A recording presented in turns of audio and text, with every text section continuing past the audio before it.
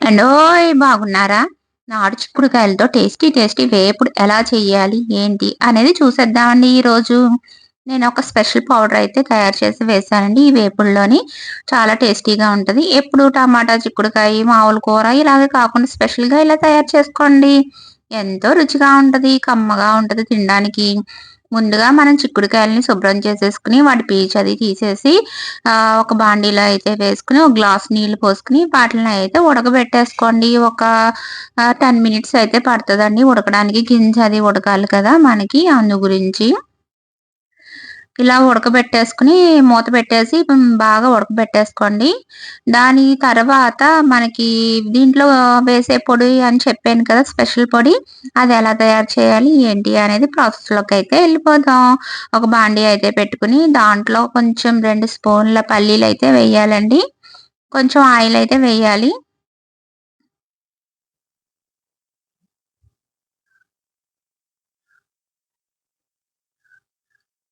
ఈ పల్లీలు బాగా వేగాలండి. ముందు పల్లీలు వేగ తొందరగా ఏగవు కదండీ! పల్లీలు వేగిన తర్వాత మాత్రమే మిగిలినయన్నీ వేసుకుందాము. ఇలా కొంచెం ఆయిల్ అయితే వేసుకొని, ఈ పల్లీలని వేయించుకుందాం. వేయించుకున్న తర్వాత మనకి కూరకు సరిపడా, వేపుడుకి సరిపడా ఎండుమిర్చినయితే దీంట్లోనే యాడ్ చేసేసుకుందాం అండి. బాగా కారంగా ఉండే ఎండుమిర్చి ఏయకండి. ఒక 5 తీసుకోండి. బాగా తక్కువగా ఉన్నాయనుకోండి కారం కొంచెం ఎక్కువ తీసుకోండి. మనకి కూరకి సరిపడా కారం అయితే ఉండాలండి. ఇవి చాలా ఘాటుగా ఉంటాయి. కాబట్టి నేను ఒక 5, 6 అలా తీసుకున్నాను. చిన్నవి అయినా సరే చాలా కారంగా ఉన్నాయండి. అందుకు తక్కువే తీసుకున్నాను నేను. చిక్కుడుకాయలొచ్చేసి ఒక అర కేజీ అండి నేను తీసుకున్నవి. సో, దీని క్వాంటిటీ అయితే ఇదండి. ఒక 2 స్పూన్ల పల్లీలైతే వేయించి, ఇవి కూడా వేయించేసిన తర్వాత పక్కకు తీసేసుకుందాం. ప్లేట్‌లో చల్లారబెట్టేసుకుందాం. తర్వాత ఇదే బాండీలో ఒక స్పూన్ అయితే శనగపప్పు అయితే వేస్తున్నానండి. ఒక స్పూన్ శనగపప్పు, ఒక స్పూన్ మినపప్పు అయితే వేసుకోవాలి.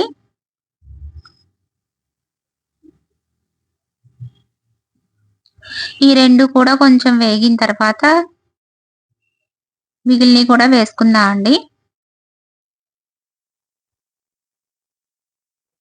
మినపప్పు వేగుతుంటే వాసన భలే కమ్మగా వస్తది కదండీ! చాలా బావుంటది. అరోమా అయితే.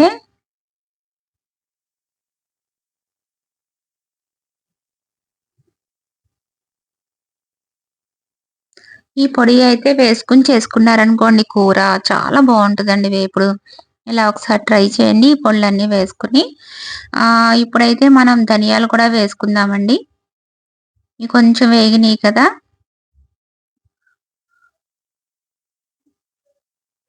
ధనియాలు ఒక స్పూను, జీలకర్ర ఒక స్పూనండి.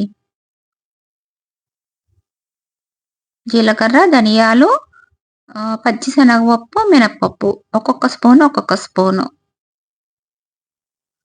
బాగా వేగిన తర్వాత మనం ఇవి కూడా తీసేసుకొని పక్కన పెట్టేసుకొని చల్లారబెట్టేసుకోవాలండి. చల్లారి పెట్టుకున్న తర్వాత మాత్రమే మనం మిక్సీ అయితే పట్టుకోవాల్సుంటుంది. ఈ లోపల మనం ముక్కలు ఉడికినయా లేదా అనేది చూసేద్దామండి. ఓపెన్ చేసి ఉడికిపోయినాయండి. నీళ్ళు కూడా చాలా వరకు అయిపోయినియి. ఎవాపరేట్ అయిపోయినియి. ఒకసారి గింజ అయితే పట్టుకొని చూద్దాము మెత్తగా ఉన్నాయా లేదా అనేసి.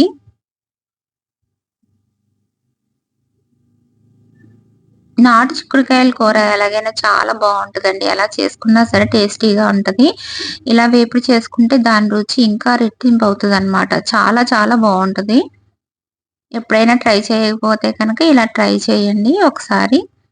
ఈ మనం పొడైతే కొట్టేసుకుందామండి. దాంట్లోనే ఒక 5, 6 వెల్లుల్లయితే వేశానండి. ఆ వెల్లుల్లితో పాటు మనం పొడవైతే కొట్టేసుకుందాం.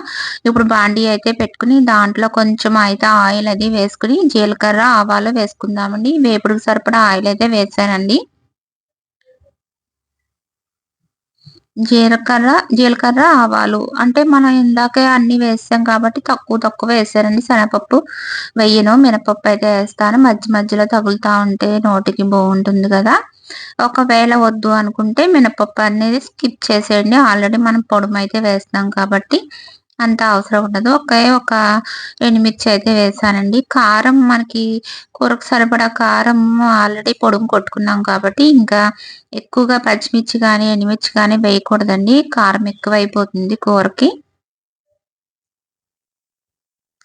దీని తర్వాత మనం తరిగి పెట్టుకున్న ఉల్లిపాయ ముక్కలైతే వేసేసుకోవాలండి దీంట్లోని.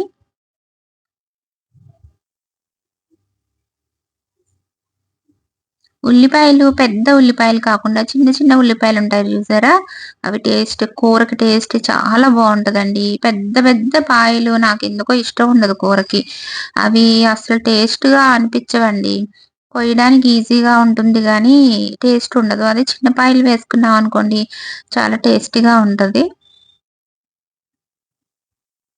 ఉల్లిపాయలైతే కోసేసిన తర్వాత దాంట్లో అయితే వేసేసుకున్నానండి. నేను మళ్ళీ ఉల్లిపాయలు కొంచెం మనకు కూరకు సరిపడా ఉప్పనేది దీంట్లోనే యాడ్ చేసుకుంటున్నాను. ఇందాక నుంచి అసలు నేను ఉప్పనేది యాడ్ చేయలేదు దేంట్లోని. పొడిలో కూడా నేను ఉప్పు యాడ్ చేయలేదండి. సో, దీంట్లోనే మనం ఉప్పు యాడ్ చేసుకోవాలి. 2 స్పూన్‌లయితే వేశానండి.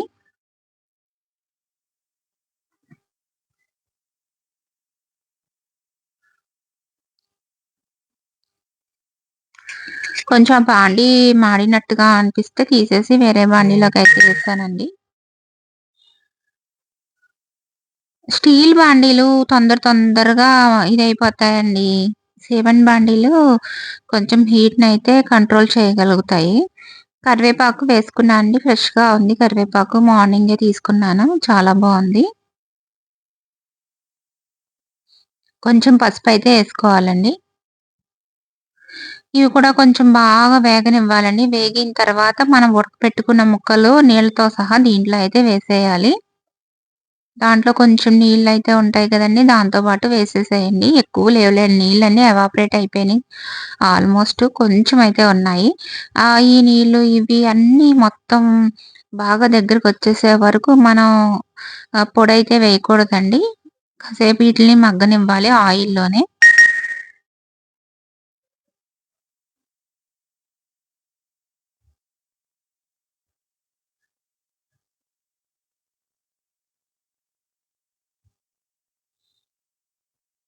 మూత పెట్టేసుకొని చక్కగాని మగ్గనిచ్చేసామనుకోండి, ఇవి మనకి ఆయిల్‌లో మగ్గితే కొంచెం కూర టేస్ట్ అనేది ఇంప్రూవ్ అవుతదనమాట.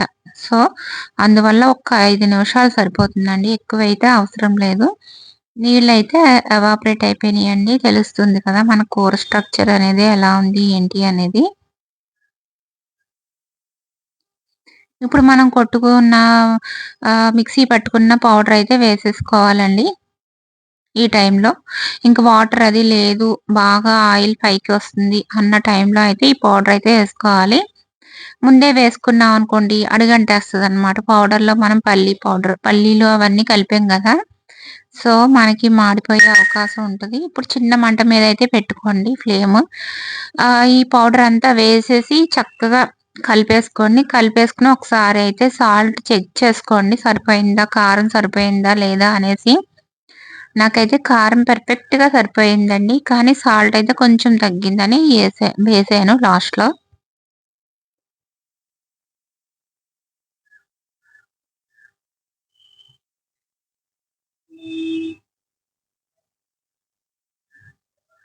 అంతేనండి. టేస్టీ కర్రీ వేపుడైతే రెడీ అయిపోయింది. మనకి నాటు చిక్కుడుకాయలనమాట ఇవి. నాటు చిక్కుడుకాయలు టేస్ట్ వేరుంటదండి. వేరే లెవెల్ ఉంటదండి బాబా! చాలా బావుంటదండి. చూస్తున్నా అండి ఉప్పు సరిపోయిందా లేదా అనేసి. నాకైతే ఉప్పు సరిపోలేదండి కూరకి. మళ్ళీ ఒక స్పూన్ అయితే యాడ్ చేశాను. ఎందుకంటే మనం కూరకి సరిపడా ఉప్పు అయితే ఏసాం గానీ, పౌడర్ వేసాం కాబట్టి కొంచెం కూర ఎక్కువ వేపుడనేది పెరుగుతది కదండీ! ఆ పౌడర్‌కి సరిపడా ఉప్పు కూడా మనం ఇప్పుడు యాడ్ చేసుకున్నట్టు అవుతుందనమాట. మొత్తం కలిపి చిన్న చిన్న స్పూన్లు 3 అయితే పట్టినియండి. అది చిన్న స్పూన్స్, పెద్ద స్పూన్స్ కాదండి. మళ్ళీ ఒకసారి కలిపేసుకొని కొంచెం సేపు మూత పెట్టుకుని ఒక లిటిల్ బిట్ ఒక్క నిమిషం. ఎందుకంటే ఉప్పు, కారం అన్నీ పట్టాలి కదండీ! అందు గురించి.